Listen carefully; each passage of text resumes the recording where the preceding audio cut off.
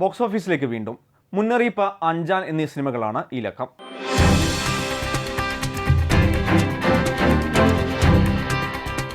സ്വാതന്ത്ര്യത്തിൻ്റെ നിർവചനവും നിർവഹണവുമാണ് മുന്നറിയിപ്പ് എന്ന സിനിമ. വ്യക്തിയിലൂടെ നിർവചിക്കപ്പെടുന്ന സ്വാതന്ത്ര്യവും വ്യക്തികളിലൂടെയും വ്യവസ്ഥകളിലൂടെയും നിയന്ത്രിക്കപ്പെടുന്ന സ്വാതന്ത്ര്യവും തമ്മിലുള്ള കലഹം. മമ്മൂട്ടി അവതരിപ്പിക്കുന്ന CK രാഘവൻ എന്ന വെറും മനുഷ്യൻ്റെ സ്വാതന്ത്ര്യവാദങ്ങളിലൂടെ അയാളെ അംഗീകരിക്കാനും തിരസ്കരിക്കാനുമുള്ള സ്വാതന്ത്ര്യം ആസ്വാദകനും അനുവദിക്കുന്നു സിനിമ. ക്യൂബയിലായാലും കുടുംബത്തിലായാലും വിപ്ലവം നടന്ന ചോരമേ. ബാഹ്യാന്തരീക്ഷങ്ങളിൽ നിന്നല്ല, ഉള്ളിൽ നിന്ന് അനുഭവിക്കുന്നതാണ് യഥാർത്ഥ സ്വാതന്ത്ര്യമെന്ന് വിശ്വസിക്കുന്നയാളാണ് CK രാഘവൻ എന്ന നായക കഥാപാത്രം. 2 സ്ത്രീകളെ കൊലപ്പെടുത്തിയ രാഘവൻ ശിക്ഷാ കാലാവധിക്ക് ശേഷവും ജയിൽ മതിലിനകത്ത് തന്നെയാണ്. പൊതുബോധത്തിൽ വൈരുദ്ധ്യമാവുന്ന ചിന്തകളും ചർച്ചകളുമാണ് അയാളിൽ നിന്നും ഉണ്ടാകുന്നത്. രാഘവൻ്റെ വിചിത്ര ജീവിതം പകർത്താനെത്തുന്ന മാധ്യമപ്രവർത്തകയോട് മുന്നിലേക്ക് നീക്കിവെച്ച വോയിസ് റെക്കോർഡറിന് ചിന്തകളെ റെക്കോർഡ് ചെയ്യാനാകില്ലല്ലോ എന്ന സംശയം ചോദിക്കുന്നുമുണ്ട് അയാൾ. താനൊരു കുറ്റവും ചെയ്തിട്ടില്ല എന്ന് വിശ്വസിക്കുന്ന, എന്നാൽ 20 കൊല്ലമായി ജയിലിൽ കിടക്കുന്ന, വലിയ വിദ്യാഭ്യാസം പോലും ഇല്ലാത്ത ഒരു സാധാരണ. എന്റെ പേര് CK രാഘവൻ. രാഘവൻ ഇവൻ കൊച്ചിന്റെ ആരായിട്ട് വരും? ഇത് ആരവിടെ? ഇത് വലിയ ഡിവൈഎഫ്ഐക്കാരനാ.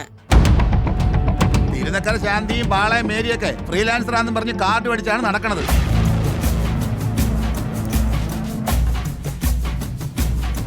ഇയാള് വലിയ ചിന്തകനാ, ക്രിയേറ്റീവ് കക്ഷിയാന്നൊക്കെ നീ തന്നെയല്ലേ എഴുതി വെച്ചത്. നിനക്ക് എന്നാ പറ്റിയേ? വന്നപ്പോ മൂലെ മോൻ വെറുപ്പിച്ചോണ്ടിരിക്കുകയാണല്ലോ. പേടിച്ചിട്ടുള്ള ഒരു ജീവിതം എന്ന് പറയുന്നത് മഹാപാപം.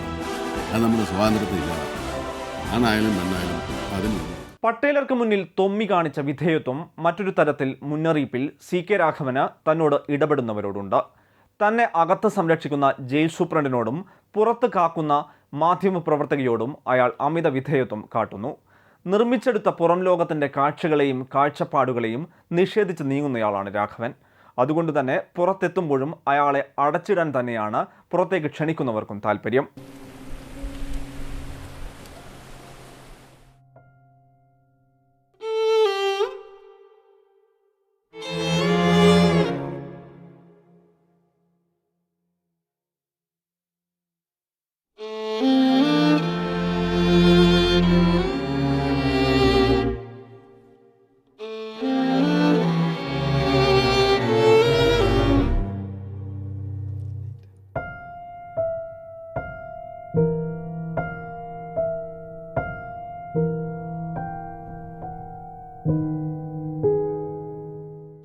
അപർണ ഗോപിനാഥ് അവതരിപ്പിക്കുന്ന അഞ്ജലി അറക്കൽ എന്ന മാധ്യമപ്രവർത്തക ഉയരങ്ങളിലേക്കുള്ള ഓട്ടത്തിലാണ്.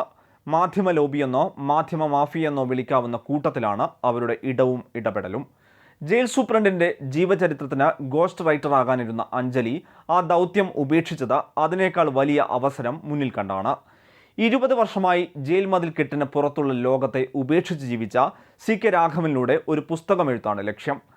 ഭാര്യയെയും മറ്റൊരു സ്ത്രീയെയും കൊലപ്പെടുത്തിയ കേസിൽ ശിക്ഷ അനുഭവിക്കുന്ന CK ആരെയും കൊന്നിട്ടില്ലെന്ന് ആവർത്തിക്കുന്നുണ്ട്. രാഘവനിലൂടെ തന്നെ അയാളുടെ കഥ ലോകത്തിന് നൽകാനാണ് അഞ്ജലിയുടെ ശ്രമം. ഒരു വലിയ കപ്പൽ, അതിലിങ്ങനെ മോഹൻലാല് വരുവാ.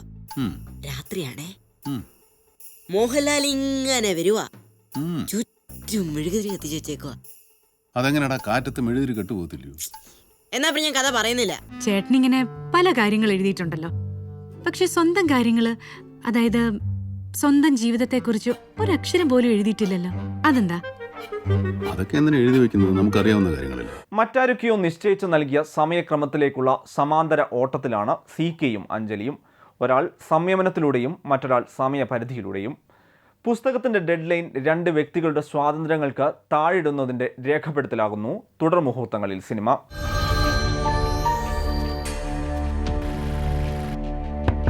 ഇയാൾ എന്ത് ചെയ്തിട്ടാ ഇവിടെ? ഡബിൾ ഹോമിസൈഡ്, 2 പേരെ കൊന്നു, അതും 2 സ്ത്രീകളെ. ഈ വെളിച്ചവും സത്യവും എന്നൊക്കെ പറയുന്നത് ഒരുപോലെയാ.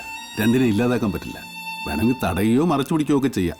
എന്നാലും അതില്ലാതാവുന്നില്ലല്ലോ, നമ്മൾ കാണുന്നില്ലെന്നല്ലേ ഉള്ളൂ. സിനിമയുടെ സമയപരിധിയിൽ കൊലയും കൊലയുടെ കാരണവും CKയും പ്രേക്ഷകരിലും ഉദ്വേഗമാകുന്നിടത്ത് ഒരു ത്രില്ലറിൻ്റെ ലക്ഷണയുക്ത ഭാവങ്ങളുണ്ട് മുന്നറിയിപ്പിന്. ബിജിപാലിൻ്റെ പശ്ചാത്തല സംഗീതവും സിനിമയുടെ മൂഡിനൊത്താണ്. അനാവശ്യ വഴിതിരിവുകളോ ട്വിസ്റ്റുകളോ ഇടയിൽ കയറൊന്നുമില്ല. ഞാൻ കുറ്റമൊന്നും ചെയ്തിട്ടില്ല, പിന്നെ എനിക്കെന്തിനാ വക്കീലെന്ന് പറഞ്ഞ പാർട്ടിയാ. സത്യം ആർക്കറിയാം? ചത്തവരോട് പോയി ചോദിക്കാൻ പറ്റുമോ? കണ്ണാടിയിൽ നോക്കുമ്പോൾ എൻ്റെ പ്രതിബിംബം എന്നെ തന്നെ നോക്കി അവിടെ നിൽക്കും. കണ്ണാടി വിട്ട് ഞാൻ പോരുമ്പോഴും അതവിടെ തന്നെ നിൽക്കുമോ, അതും എൻ്റെ കൂടെ പോരും. പ്രത്യേകിച്ച് ഇതുപോലെ ക്രിമിനൽ പശ്ചാത്തലമുള്ള ഒരാളിൽ നിന്നും ഒരിക്കലും പ്രതീക്ഷിക്കാവുന്ന ഒന്നല്ലല്ലോ ഇത്. എൻ്റെ പേര് CK രാഘവൻ. വ്യക്തിയുടെ തെരഞ്ഞെടുപ്പിലാണ് അയാളുടെ സ്വാതന്ത്ര്യമെന്ന മുന്നറിയിപ്പ് വിശദീകരിക്കുമ്പോൾ മമ്മൂട്ടിയുടെ മുൻ സിനിമകളെ മറന്നേക്കാം. നടനായും താരമായും എന്നും പരാജയത്തിനൊപ്പം ആഘോഷിക്കേണ്ടയാളല്ല മമ്മൂട്ടിയെന്ന് തന്നെയാണ് ഈ ചിത്രം നൽകുന്ന മുന്നറിയിപ്പ്. വിമർശകരോ നിരൂപകരോ ആരാധകരോ അല്ല, മമ്മൂട്ടി എന്ന മലയാളത്തിൻ്റെ പ്രിയ നടൻ തന്നെയാണ് നല്ല സിനിമകളിലൂടെ തുടർന്നും സഞ്ചരിക്കാൻ മുന്നിൽ വഴി തീർക്കേണ്ടത്. പുതിയ ജീവിതം പഴയ ജീവിതം അങ്ങനെയൊക്കെ ഉണ്ടോ? നമുക്കാകെ ഒറ്റ ജീവിതമല്ലേ ഉള്ളൂ. ഇയാള് വലിയ ചിന്തകനാ, ക്രിയേറ്റീവ് കക്ഷിയാന്നൊക്കെ നീ തന്നെയല്ലേ എഴുതി വെച്ചത്. ഞാനൊരു കുറ്റവും ചെയ്തിട്ടില്ലെന്നാണല്ലോ ചേട്ടൻ എപ്പോഴും പറയുന്നേ. അങ്ങനെയാണെങ്കിൽ കുറ്റം ചെയ്തതാരാ? അല്ല, ആരെങ്കിലും ചേട്ടൻ ഈ കേസിൽ പെടുത്തിയതാണെങ്കിൽ അതാരാ? അതുമല്ല, ഇനി ആർക്കെങ്കിലും വേണ്ടി കുറ്റം ഏറ്റെടുക്കേണ്ടി വന്നതാണോ? അങ്ങനെയാണെങ്കിൽ അതാർക്ക് വേണ്ടിയാ? രൂപയിലായാലും കുടുംബത്തിലായാലും വിപ്ലവം നടന്ന ചോര വീഴും. ഞാൻ ആരെയും കൊന്നിട്ടില്ല. നിസ്സംഗതയും നിസ്സഹായതയും ആത്മസംഘർഷങ്ങളും CK രാഘവനിൽ ഭാവഭദ്രമായി നീങ്ങുമ്പോൾ മമ്മൂട്ടിയിലെ അമ്പരപ്പിക്കുന്ന അഭിനേതാവിനെ ഇടവേളയ്ക്കിപ്പുറം വീണ്ടും കാണാനായതിൻ്റെ സന്തോഷം. നിസ്സഹായതയും നിസ്സംഗതയുമൊക്കെ ഇത്രമേൽ മികച്ച അനുഭവപ്പെടുത്താൻ പകരമൊരാളില്ലെന്ന് വാത്സല്യത്തിലെ മേലേടത്ത് രാഘവൻ നായരും മുന്നറിയിപ്പിലെ CK രാഘവനും ഒരുപോലെ സാക്ഷ്യം പറയുന്നു. അപർണ ഗോപിനാഥ് നാടക പശ്ചാത്തലത്തിൽ നിന്നാണ് സിനിമയിലെത്തിയതെങ്കിലും പ്രകടനം കൊണ്ട് അടയാളപ്പെടുത്തിയത് മുന്നറിയിപ്പിലാണ്.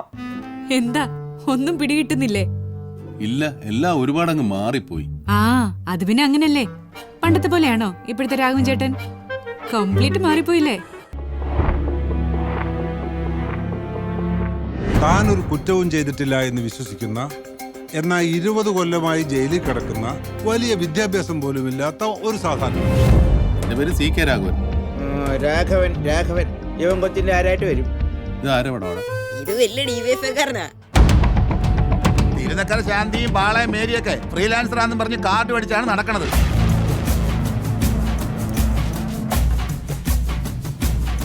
ഇയാള് വലിയ ചിന്തകനാ, ക്രിയേറ്റീവ് കക്ഷിയാന്നൊക്കെ നീ തന്നെയല്ലേ എഴുതി വെച്ചത്. നിനക്ക് എന്നാ പറ്റിയേ? വന്നപ്പോ മൂലം മോൻ വെറുപ്പിച്ചോണ്ടിരിക്കുകയാണല്ലോ. പേടിച്ചിട്ടുള്ള ഒരു ജീവിതം എന്ന് പറയുന്നത് മഹാപാപം. അത് നമ്മുടെ സ്വാതന്ത്ര്യത്തിലില്ല. ആണായാലും പെണ്ണായാലും അതിനുണ്ട്. MDയുടെ തിരക്കഥയിലുള്ള ദയയ്ക്ക് ശേഷം മറ്റൊരു മനോഹര ചിത്രം കയ്യൊപ്പോടെ പ്രേക്ഷകരിലെത്തിക്കാൻ വേണുവിന് സാധിച്ചു. ശൈലീഭദ്രത അവതരണത്തിലുണ്ട്. ചത്ത പല്ലിയുമായി നീങ്ങുന്ന ഉറുമ്പിൻ കൂട്ടത്തിലൂടെ സിനിമയെയും സിനിമ കാണേണ്ട വിധവും നിർവചിച്ച് മുന്നറിയിപ്പ് നൽകിയതും അഭിനന്ദനാർഹം. സംഭാഷണങ്ങളിലെ സരള ചാരുതയും കഥാപാത്ര നിർമ്മിതിയിലും സ്വഭാവ വ്യാഖ്യാനത്തിലും നിലനിർത്തിയ സൂക്ഷ്മതയും ഉണ്ണി എന്ന എഴുത്തുകാരനിലും തുടർ പ്രതീക്ഷയാകുന്നുണ്ട്. കാഴ്ചകളിൽ പല മാനങ്ങളിലേക്ക് നയിക്കുന്നു CKയിലൂടെ എത്തുന്ന ജീവിത ദർശനങ്ങൾ.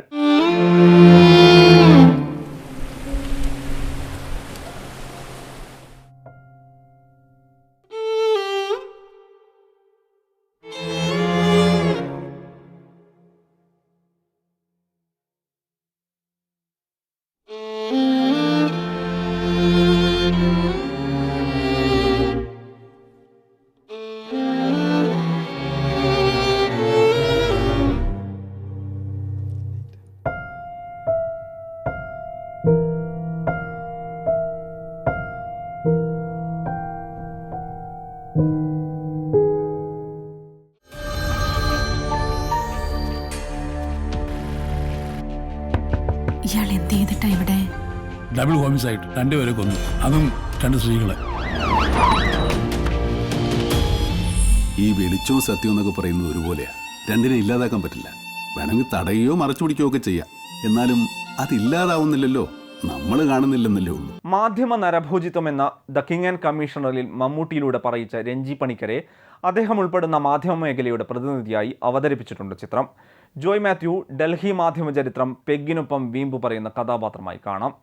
രാഷ്ട്രീയക്കാരെയും അധികാര കേന്ദ്രങ്ങളിലുള്ളവരെയും കൈക്കൂലിയുടെയും അഴിമതിയുടെയും സ്ഥിര പ്രതീകങ്ങളാക്കുന്നത് പോലെ മാധ്യമ മേഖലയെ മാഫിയ ഇടമാക്കിയുള്ള നിർബന്ധിത ശ്രമം മുന്നറിയിപ്പിലുണ്ട്. കോർപ്പറേറ്റ് കാലത്തെ മാധ്യമ പ്രവർത്തനവും സെൻസേഷണലിസവും വിമർശനാത്മകമായി സമീപിക്കേണ്ട സംഗതി തന്നെ. പക്ഷേ മാധ്യമമേഖല ഒന്നാകെ അപകടമെന്ന പൊതുബോധ നിർമ്മിതി വിയോജിപ്പുകൾ അവശേഷിപ്പിക്കുന്നു. കേരളത്തിലായാലും ദേശീയ തലത്തിലായാലും വിവിധ മേഖലകളിൽ വസ്തുനിഷ്ഠമായി ഇടപെടുന്നതിലും ഭരണകൂടത്തിൻ്റെയും ജുഡീഷ്യറിയുടെയും ശ്രദ്ധ ക്ഷണിക്കുന്നതിലും മാധ്യമങ്ങളുടെ പങ്ക് തിരസ്കരിക്കാനാകില്ലെന്ന് മാധ്യമപ്രവർത്തകൻ കൂടിയായ തിരക്കഥാകൃത്തിന് അറിയാവുന്നതല്ലേ? അപ്പോൾ കാടടച്ചുള്ള വെടി വെറും കൈയടി സൂത്രമായി തോന്നിയേക്കാം.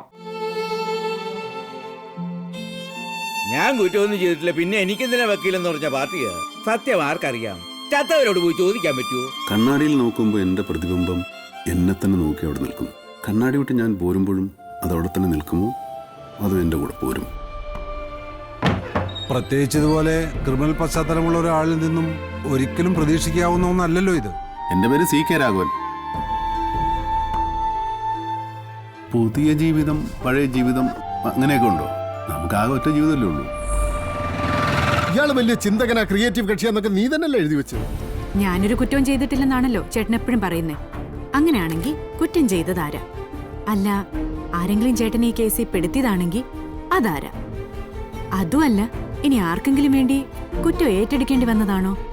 അങ്ങനെയാണെങ്കിൽ അതാർക്ക് വേണ്ടിയാ? രൂപയിലായാലും കുടുംബത്തിലായാലും വിപ്ലവം നടന്ന ചോര വീഴും.